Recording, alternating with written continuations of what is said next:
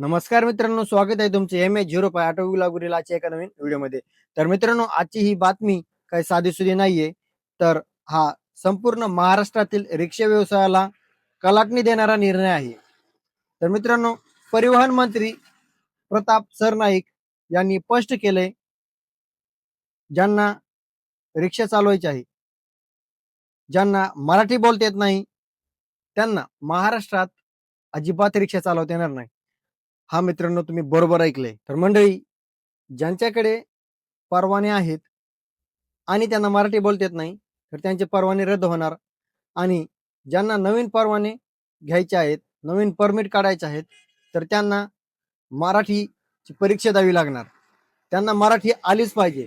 तर महाराष्ट्रामध्ये रिक्षा चालवायची आहे, तर मराठी येणं अनिवार्य आहे. तर मंडळी, हा निर्णय का घेतला, आता याचा मराठी भावांना काय फायदा होईल आणि परप्रांतीय चालकांचे काय होणार, तर याची सविस्तर माहिती जी आहे ती आपण आजच्या व्हिडिओमध्ये घेणार आहोत. त्यामुळे मित्रांनो, व्हिडिओ विना स्किप करता पूर्ण बघा. व्हिडिओ आवडल्यास व्हिडिओला लाईक करा आणि आपल्या ग्रुपमध्ये, आपल्या रिक्षाच्या ग्रुपमध्ये रिक्षा चालक मित्राला शेअर करायला विसरू नका. तर मंडळी, आता बघूयात नेमका नियम काय आहे. तर मित्रांनो, मुळात मोटार वाहन कायद्यात, मोटार व्हेकल ऍक्ट मध्ये असा नियम आधीपासूनच आहे की सार्वजनिक सेवा देणाऱ्या चालकाला तिथल्या स्थानिक भाषेचं ज्ञान असायला पाहिजे.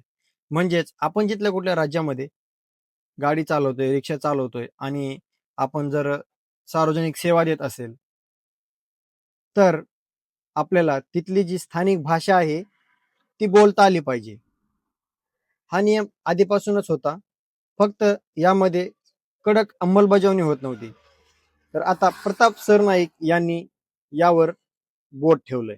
तर मंडळी, पहिला नियम असा आहे, नवीन रिक्षाचा बॅच आणि नवीन परमिट काढायला जेव्हा आपण जातो, जेव्हा आपण नवीन रिक्षा आणि परमिट जर आपल्याला पाहिजे असेल, तर आपल्याला तोंडी परीक्षेत मराठी बोलून दाखवावं लागणार आहे.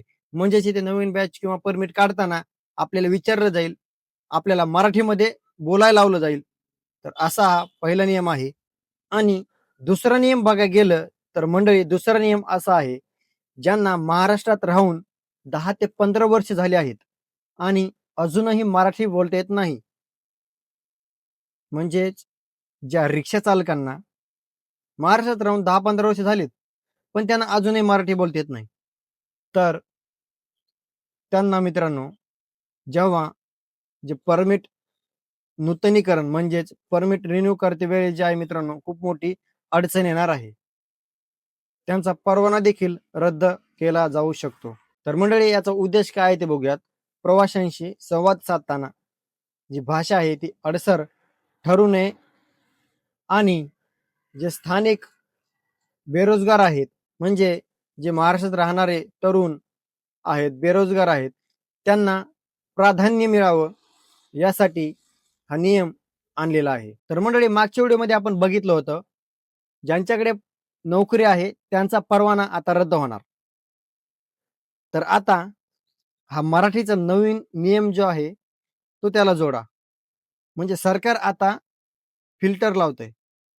म्हणजेच ज्याच्याकडे नोकरी आहे ते बाहेर तर पडणारच, आणि आता ज्यांना ज्यांना मराठी बोलता येत नाही ते देखील बाहेर पडणार. तर याचा अर्थ काय, खऱ्या मराठी बेरोजगार तरुणांसाठी आता या रिक्षा व्यवसायात मोठी संधी निर्माण होणार आहे आणि हे जे कॉम्पिटिशन आहे ते देखील कमी होणार आहे. तर मंडळी, कधी कधी असं होतं, प्रवासी जो आहे तो मराठीमध्ये बोलतो आणि जो चालक आहे त्याला हिंदीमध्ये किंवा दुसऱ्या भाषेमध्ये उत्तर देतो.